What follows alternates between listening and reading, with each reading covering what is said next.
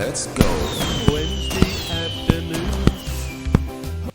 They've taken on with huge wage contracts, huge money, and of course other clubs, they might say, well, we like the player, but we can't afford to pay those wages. And of course, a player very often, having got used to that level of income, won't want to reduce it that much. So there's kind of an issue about when players join clubs, they offer.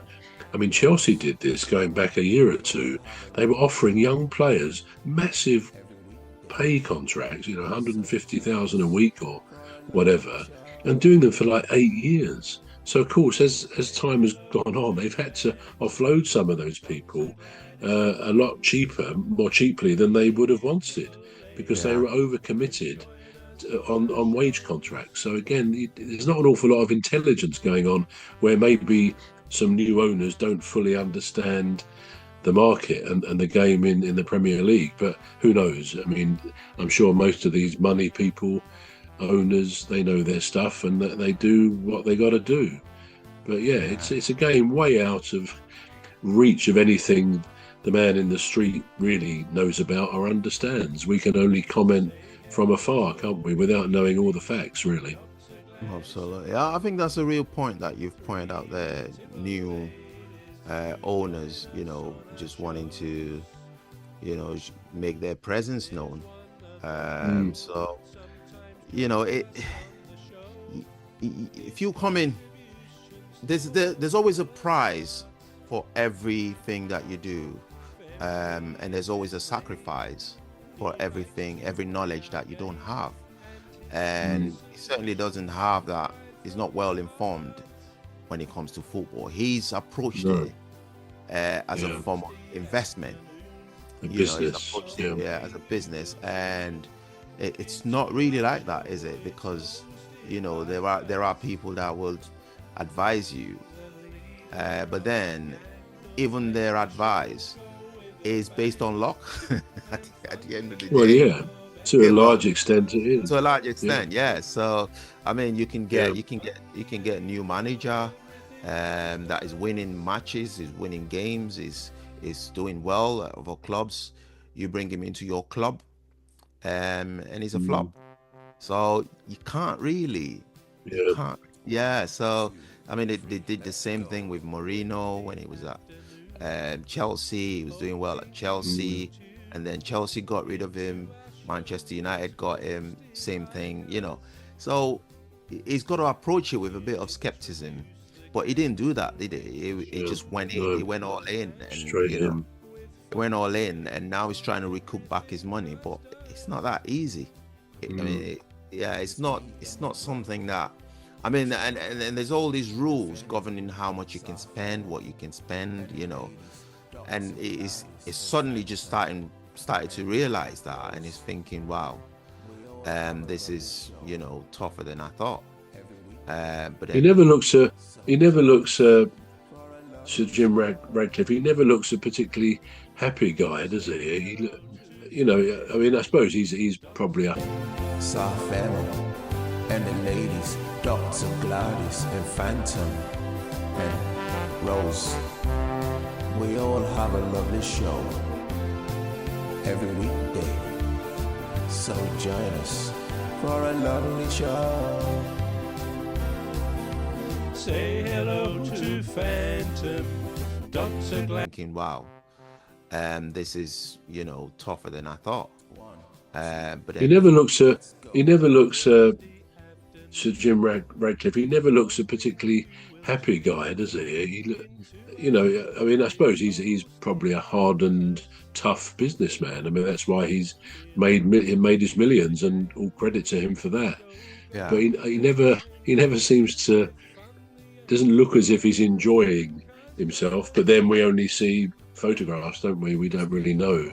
But I think you can sometimes get an impression. We've talked about first impressions, and the impression I get of Sir Jim is that he's a taskmaster. He's tough, I'm sure, with people who work for him, and he in his own way maybe he enjoys it that way. But it's always good to see an owner, smiling a bit sometimes, to show that they enjoy the fact that they can work in an industry that many men like us and others would love to be involved in, originally as players and who knows what. Not just because of the money, but because it is the beautiful game that is our national game. I think we taught it to the world, and it must be great to have your living.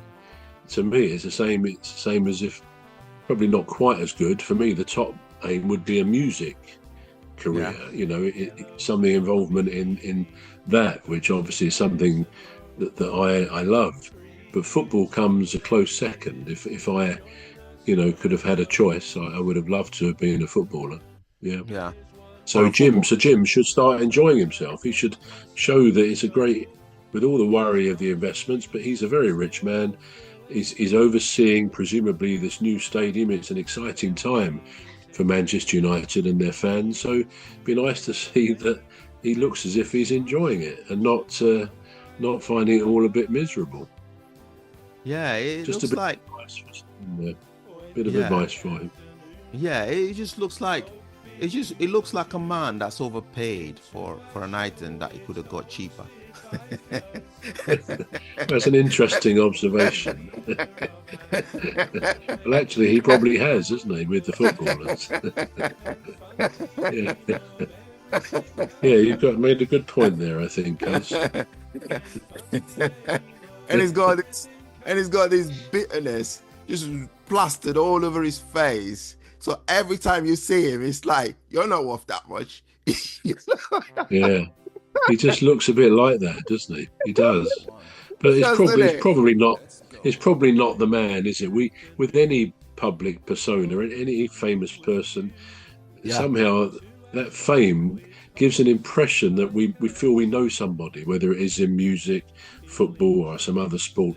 Someone who's well known, you tend to think we know them, and maybe to some degree we see a part of their personality, but it comes across time and time again when someone writes a book about someone and they say, oh no, he's nothing like, or she's nothing like the public image. It is an image which is, fostered and encouraged. And people very often are not like that. So we're probably doing poor Sir Jim Ratcliffe a disservice. He's probably the life and soul of the party with, a few jokes up his sleeve, but he just looks a bit serious, doesn't he? I want to see him smile sometimes. I want to see him smile. Well, if he's having fun, at least let his face know that. No, absolutely. The way the fans feel about these season ticket increases, he won't be smiling about that, really. But we'll see. We'll see. Not. Well, I don't know the way forward for him, but I just feel like he needs to just enjoy himself a little bit, just like you said, Yeah. Just enjoy himself, and perhaps the fans would, see that and think there's hope, because if you act as if there's no hope, you're sending a negative vibe out. People are gonna feed on that negative vibe, and I think that's happening in the club itself as well, isn't it? Well, never know. That's the way it is for now. We'll see if he picks up. Maybe summer. It might be more cheerful in the summer. But if the weather gets better, it'll be quite good, wouldn't it? There you go. We've had a pretty grim winter, really. We have indeed. But so this is all we've got. Yeah. Oh, it's finished, right? Okay. Yeah. So this is all we've got time for. Do you want to do the closing remarks this time, please? Yes. Well, we sort of touched on various things in football, lending our own opinions about people's facial looks, Sir Jim Ratcliffe, etc. But there's all sorts of things in football. We hope you found some of what we've said of interest, and you must try and join us again next week if you would. I'm Trevor Gear, and he calls me Bruv. And I'm Emmy Hikins, and he calls me Cuz. So it's goodbye from me. And it's goodbye from me. Cheers. Yeah.